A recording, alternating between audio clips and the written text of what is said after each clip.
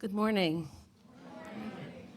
and welcome to Allen Avenue Unitarian Universalist Church's in-person and online worship.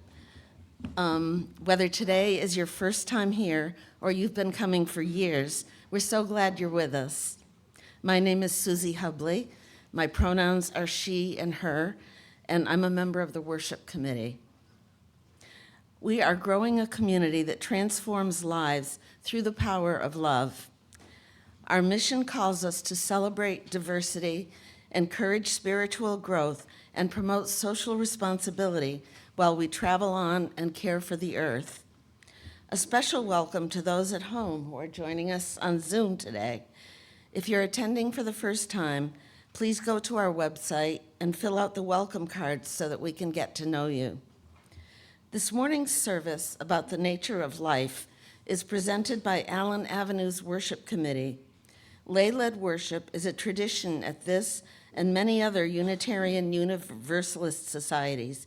At Allen Avenue, the Worship Committee either sponsors or presents one such service a month. On most other Sundays, services are led by our minister, the Reverend Tara Humphreys. Because this is the beginning of spring break for local schools, there's no formal RE program today. But kids are welcome to stay in the sanctuary with the rest of us or head down the hall for childcare. And we have announcements galore today. First, I'll welcome up Carol Jenkins, who would like to make an announcement.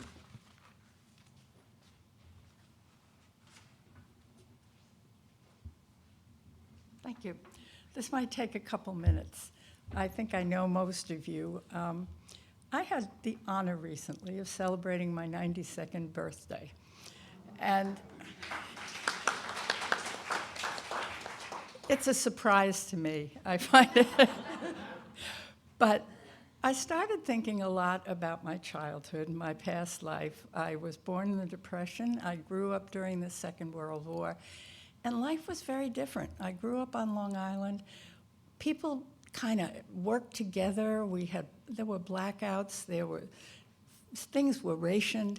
It was a very different time, but it was a time when people felt united, when we helped each other, when we worked together. And I don't see that anymore. And I've been thinking a lot about it, and I'm going to ask you to enter into an experiment with me. I call it Talk to Strangers. You know how people always say, don't talk to strangers. Well, I think it's time we started talking to strangers. Not big talks, nothing political or religious, but just to begin to instigate conversations people to people. I think it's really important, and it builds the fabric of society, and we need to rebuild the fabric of this society. And this is a very simple way to start. The other day I was walking down the street and a young man came toward me he was probably in his 30s, pushing a stroller. Everybody looks very young to me these days. And I looked at him and I just was feeling a little playful and I said, well, in my day, you never saw men pushing strollers. And he said, well, aren't we lucky that it's changed? And I said, we sure are. I walked away feeling like $1 million. And I think maybe he did too. So I want to enlist you all. Start talking to strangers on the grocery line, in the dentist office, not in the chair. It's hard to talk when you're in the dentist chair. Anyway, let's reach out. And tell your friends. I want to word of mouth reach California before the year's over, so we got a lot of work to do. But word of mouth spreads fast. Thank you for listening. Thank you.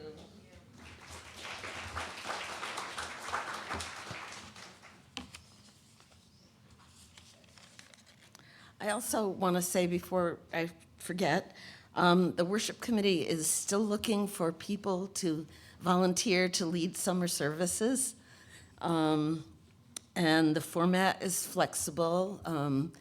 We do ask that you keep in mind the spirit of worship when you put together your service, but if that idea is interesting to you, please get in touch with Erica Bartlett, or check the e-blast for more information. So,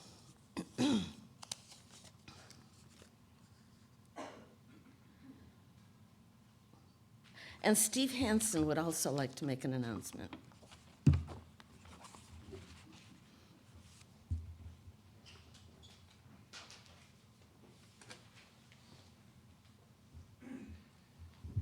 Morning, I'm Steve Hansen, and today I am the Chair of Stewardship. We'd like to declare Stewardship campaign is officially over after a long and winding road. The fellow members of the committee were Denise Curry, Tim Schick, Dallas Thies, and David Wilcock. We have 112 pledge units, and we're at 97% of our target, which is roughly where we were last year when we declared a victory. This means that if you have not yet pledged, you are not forsaken. We will be delighted to take additional pledges, which is where we got that extra 3% last year. So if this serves as a final call to people who would love to support the church, the lights are going to stay on, which is always a great thing. Thank you very much. Thanks, Steve.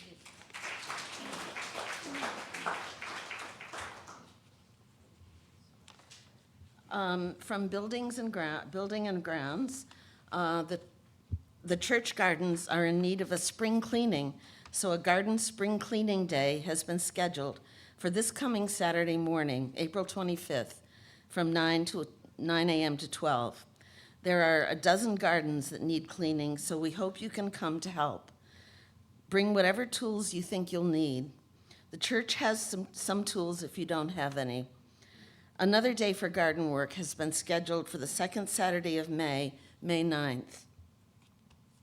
And there's still time to register for our Ferry Beach retreat on the first weekend in May, but you must do so by Wednesday of this week. You won't want to miss out on this special time together, so register today.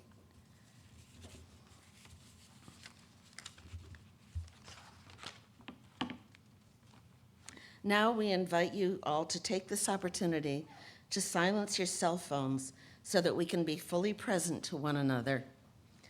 After the service, please grab a cup of coffee or tea and stay for conversation, or head down to the end of the long hallway to join a group for the brown bag lunch.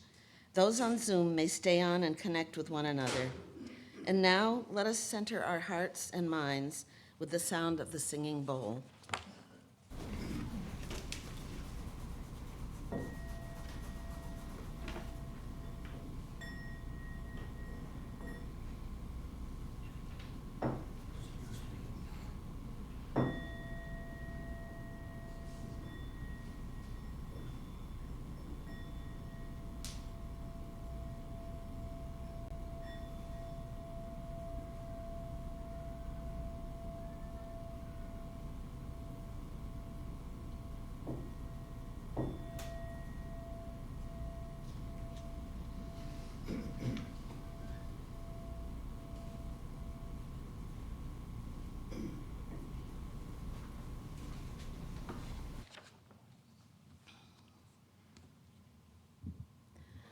Today, we are here to consider what may seem like an impossibly broad and erudite question, namely, what is the nature of life?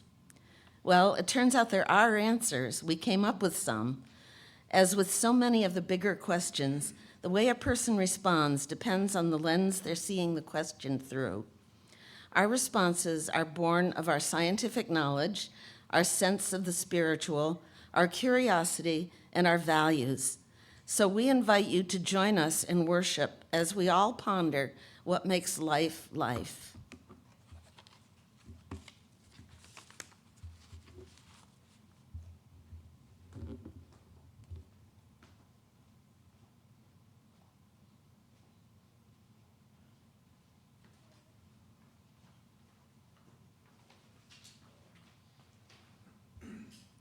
Good morning. I'm Anna Noyes-Benoit, member of the Worship Committee. As we light our chalice this morning, we invite those on Zoom to light their own chalices or candles so that we can be connected with one another.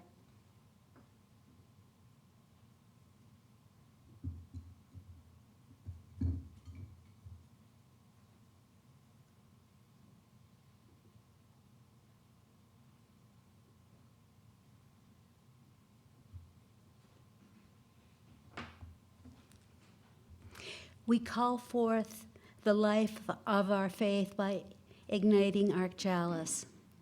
The spark of new beginnings invites us into the sacred space to reflect where we have been and where we are going, even knowing that this particular flame will eventually end with our ritual extinguishing.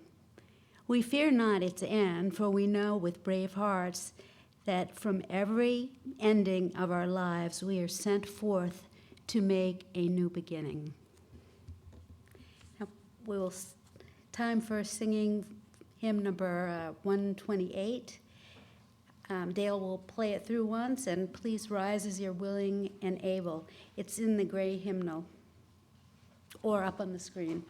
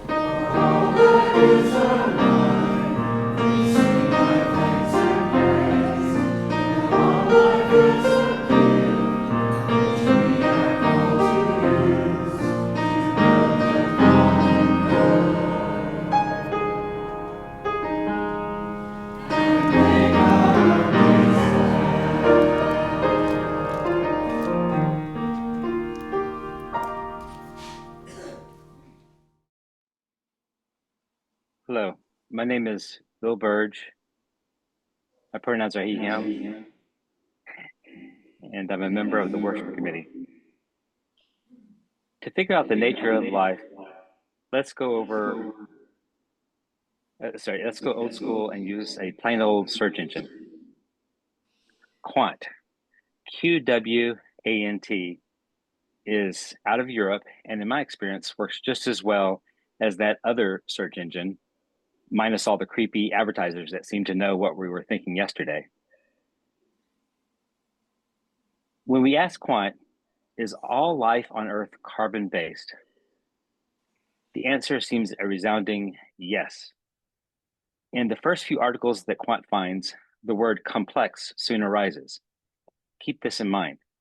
We'll circle back to it. First, let's explore why carbon?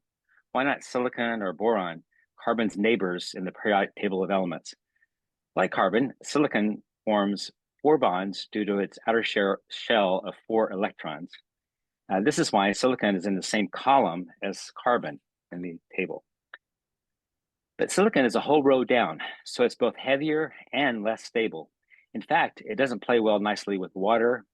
It also doesn't react well to atmospheric oxygen. Both molecules are important to life on Earth. So silicon seems unsuited to life, on this planet anyway. For those of you fans of Project Hail Mary, maybe it's a great basis for life on Rocky's planet. And what about boron? It's even lighter than carbon, and despite having only 3 electrons in its outer shell, boron's proven itself almost as good at forming bonds with other elements as carbon is. The main problem? Boron on Earth is a very rare element. So we're left with carbon.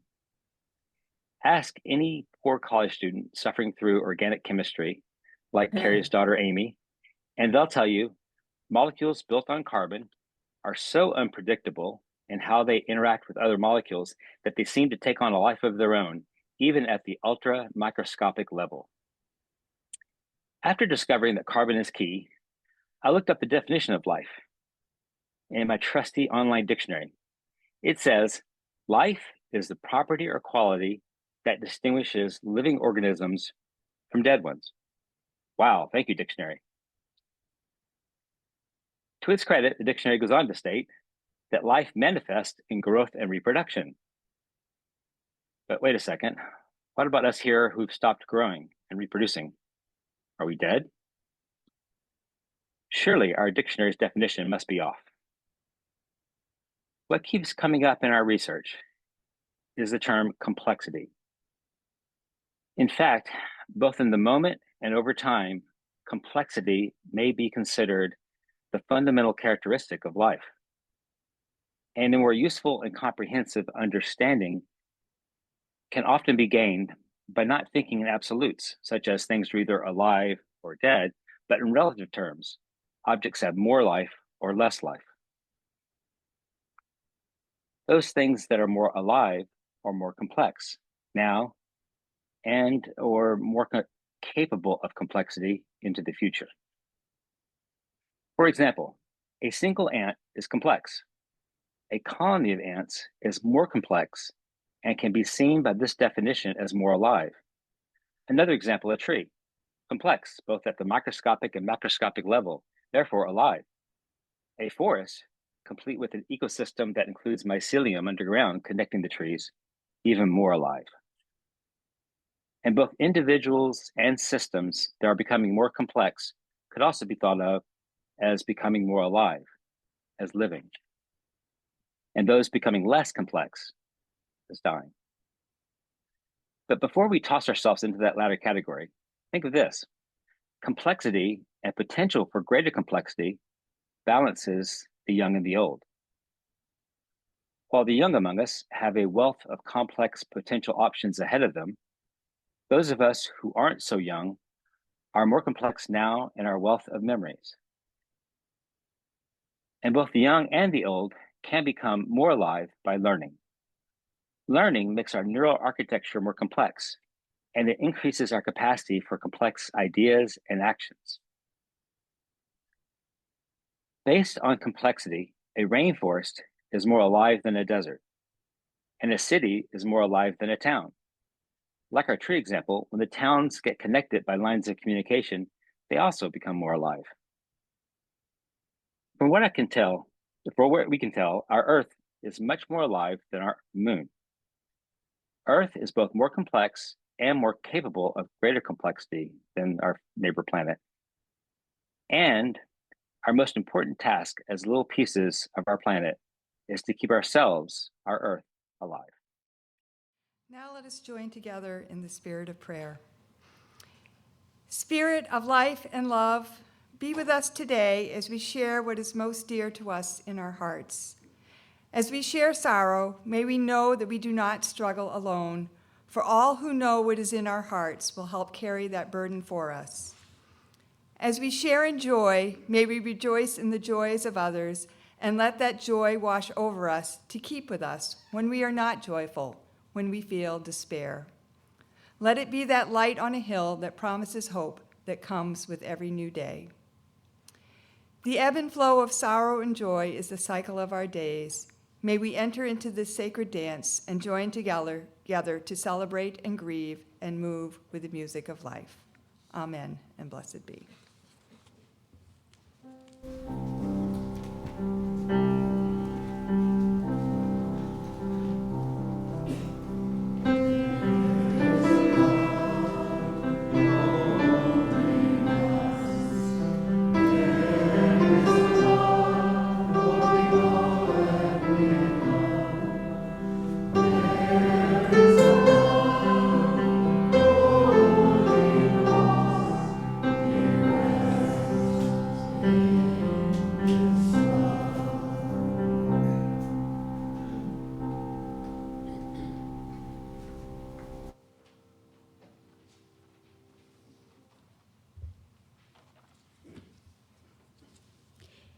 As I began thinking about the nature of life, I turned to the meaning of life.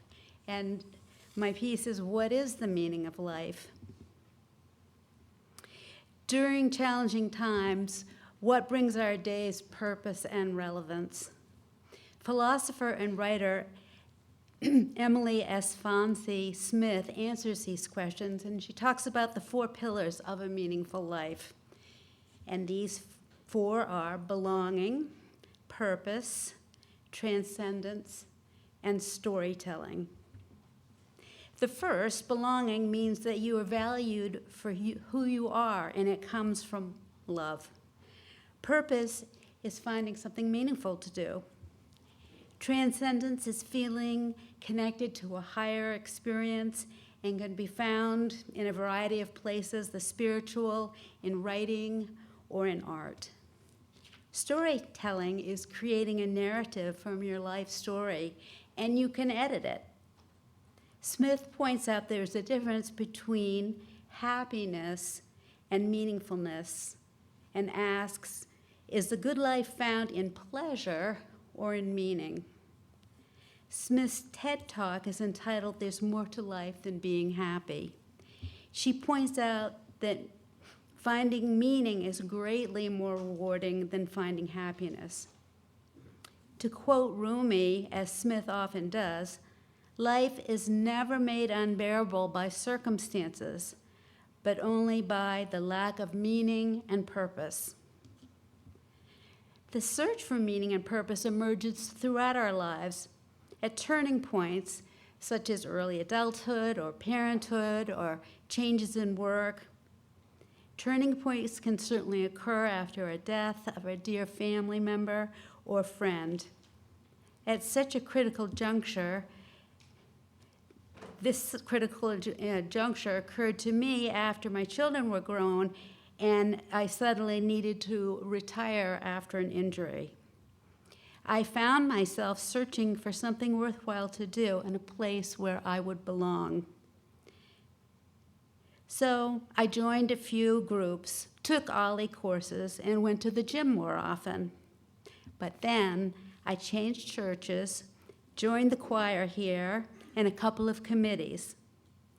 I realized I had been searching for happiness, but found meaning, connection, and storytelling right here at A2U2. I highly recommend it.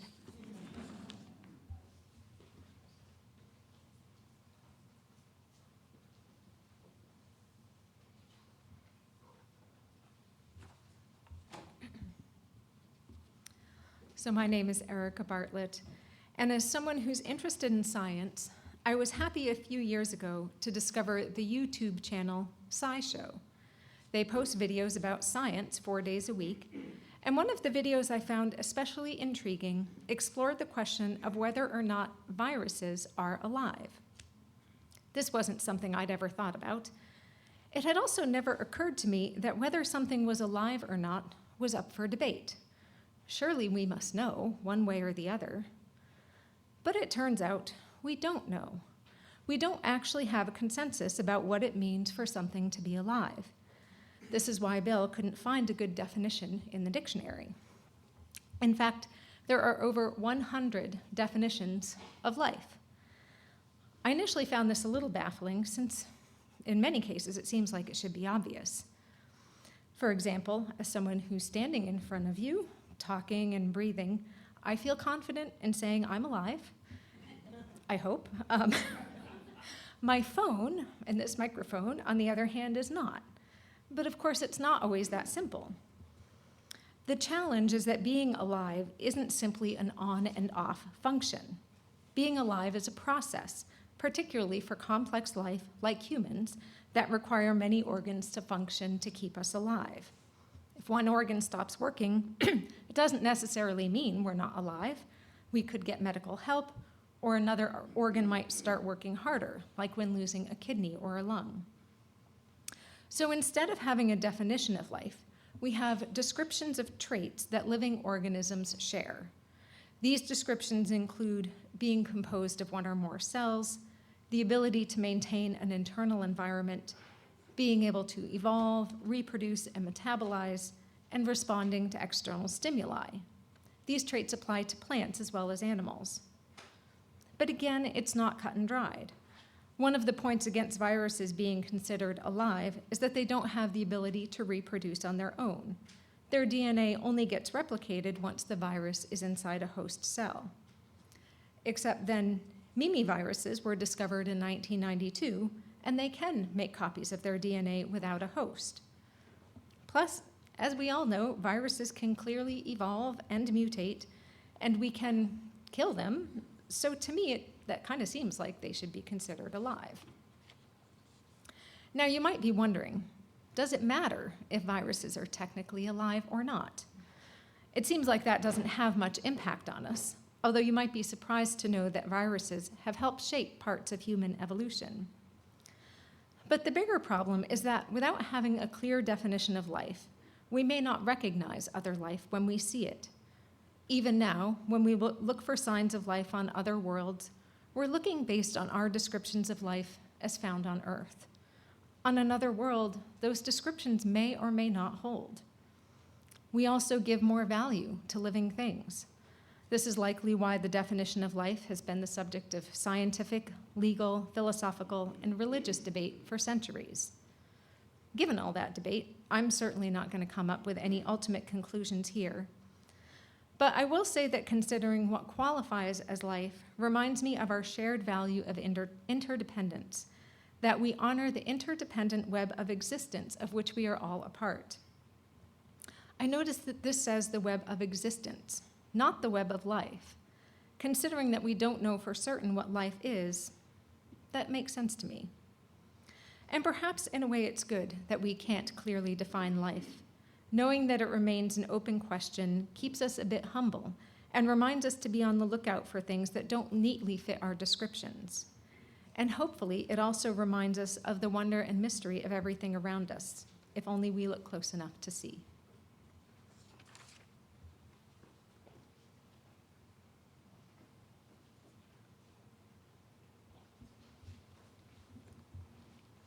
Good morning. I'm Rick Kimball, another member of the Worship Committee. And now is the time in our service when we engage in the spiritual practice of generosity. Our gifts support the ministries of this congregation and our work in the broader community. Each week, 1/3 of our offering is given away to a local nonprofit organization doing work to advance our shared values in the world. This month's Share the Plate recipient is Portland Trails, which connects neighbors, communities, and the natural world, almost 100 miles of trails and connections in and around Portland. Donations can be made now as the basket is passed through the donate button on our website, or, if you are a member, on Breeze, remembering to make note that your gift is for Share the Plate. If you are visiting us for the first time this morning, please know that your presence is your gift to us. At this time, our offering will be collected and gratefully received.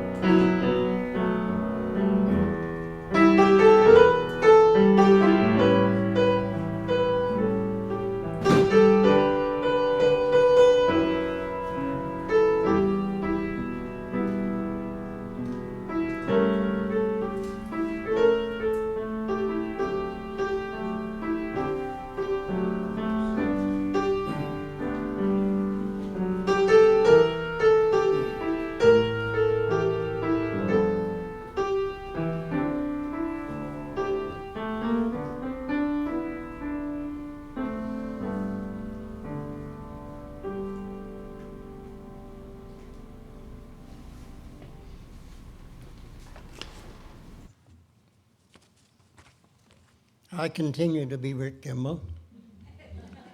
And my reflection this morning is entitled, Oh Well. On one of February's coldest days, I drove into a Hannaford parking lot and spotted a young man wrestling with shopping carts, grabbing their icy handles and crunching them together into a long snake he would steer into the store. I recognized him as Eben Malcolm, a youth who has spent a lot of time in this church and who is with us today. He's raising his hand over there. Once I parked and climbed from my car, he recognized me too. We chatted a moment while I at least shivered in the cold. Then he smiled and said, by the time I get used to this cold, the weather will be hot. Oh, well, I replied, that's life. I recalled our conversation as I began musing about today's service on the nature of life. Can human life really be described as a series of conflicting forces or events or feelings? Well, yeah, it can.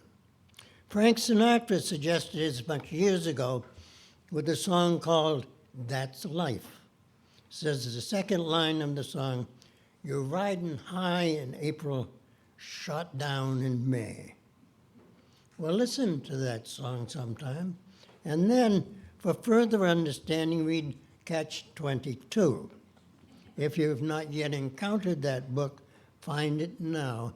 You will be well rewarded. And remember the last time you left early for a dinner party?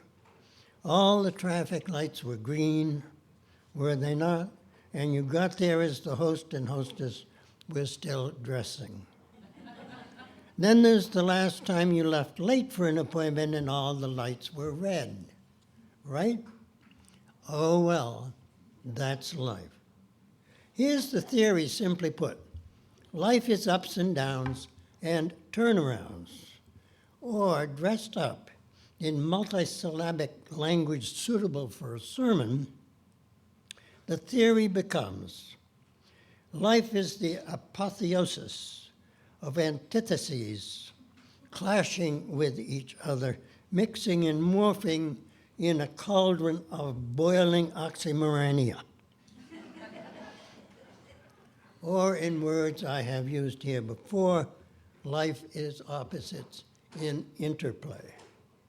Think of the pairings, hot and cold, young and old, sick and well, exhilarating and exhausting, finite and infinite, joyful and sorry, the last partnership we explore here every Sunday morning. The list goes on and on and on and on, and yet it is not enough. For life is more than its opposites, despite what Sinatra saying. Life is much, much more. Life is miracle. Miracle number 2 of 3 in a sequence, the first being the miracle of birth, the third, the miracle of death. But hear the skeptic responding, life's a miracle? Well, it's a mighty humdrum for a miracle. Right now I need to wash the dishes fast so I can go out and mow the lawn before dark. But no, I reply, listen to me. Life is a miracle, like birth, like death, a miracle. It has no reason to be, but it is. It's a miracle.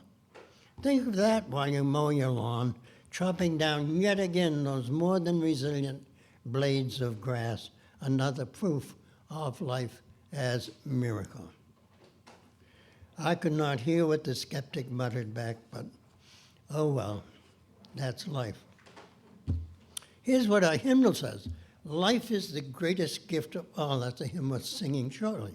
Well, yeah, but that's not enough either. To be honest, it's a bit mundane. Life is also the pulsing, pounding, beating of the heart. That's a bit juicier than gift. Maybe we should rewrite the hymn. Life is the greatest pulsing, pounding, beating of the heart. But enough. Life is the interplay of opposites, of ups and downs and turnarounds, that's true. And life is miracle, and life is gift. But where do I stop? The word life can host an almost infinite life list of descriptors. Life is too large, too complex to capture with mere words. Charged with creating the ultimate description and definition of life, language meets its match and fails. We can't really define life. The only way to figure it out is by living it, loving it, and learning from it what it is. I commit to focusing as sharply as I can on that experience, even as I stand before you defeated by the task of using language to define one simple four-letter word. Oh well, that's life. And hey, Eben, I have to tell you that I'm going back to Hannaford this afternoon. I'll go inside to grab another shopping cart, and I'll take it and leave it outside so that you can take it and put it back inside. Oh well, that's life too.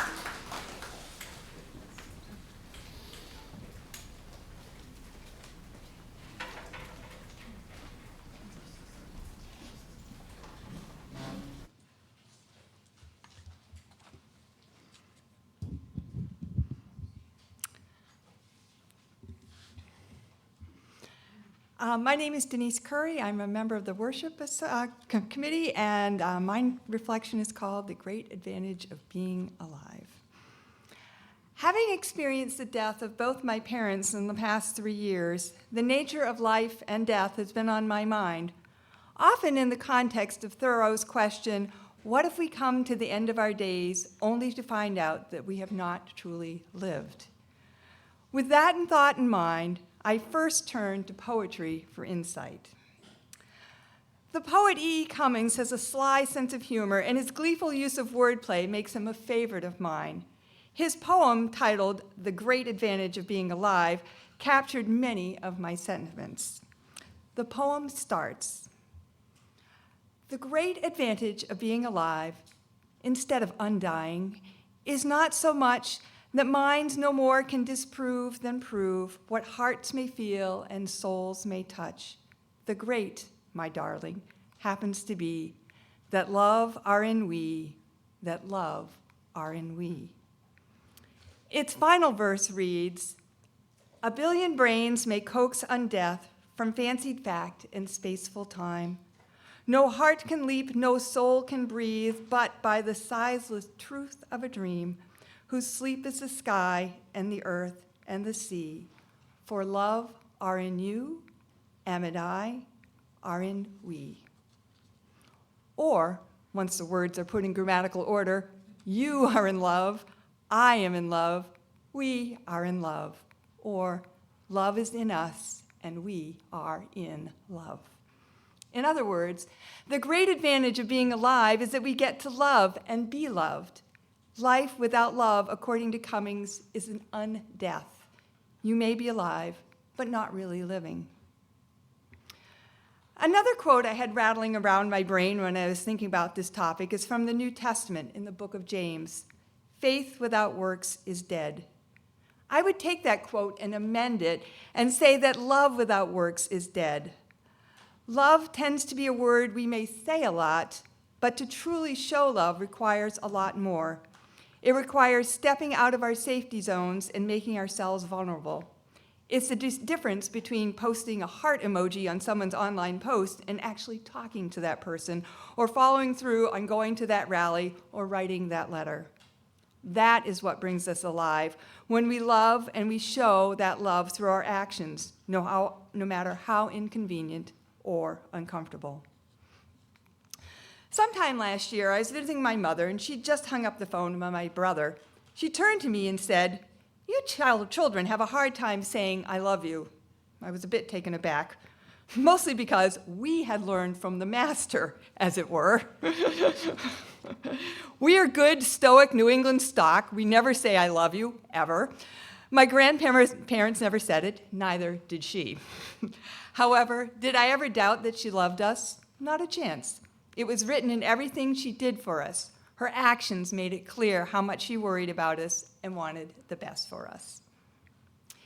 In my new career as a nurse, I meet people when they are at their most vulnerable. They are sick, they are in pain, they may be dying, they may have no one to turn to or no place to go once they leave the hospital. I know I can't ease all their worries, but I can act. I can give their medicine on time, I can bring them a glass of juice, I can contact providers with my concerns, I can make small talk and ask them about their pets and hobbies, I can hold somebody's hand. I have no idea if my actions make a difference, but at the end of the day, I think it's important to know that someone sees you as a person, not as a disease or condition. I may not outwardly say to that person that they are worthy of love, but I can show them they are in whatever way I can. So, to return to the topic, what is the nature of life? To be alive is to actively love, to give of ourselves to friends and strangers alike, to stand up for what we believe in and show up whenever we're able. And as we pass away and the years go by, that love will resonate through the memories of those we have touched. If we have done good in the world, then we are alive in the memories of those who loved us and who we loved, whether they know our names or not. That is the nature of life, even after death. Please stand as you're willing and able and join in singing hymn number 331, Life is the Greatest Gift of All, in the Gray Hymn Book.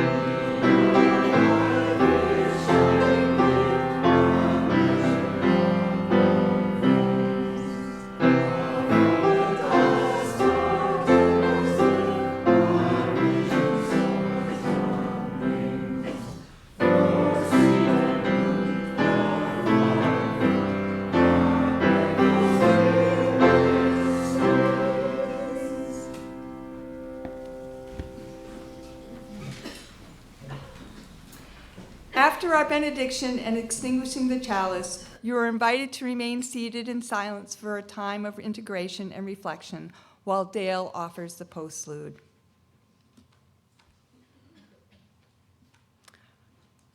Our closing words are by Gary Kowalski.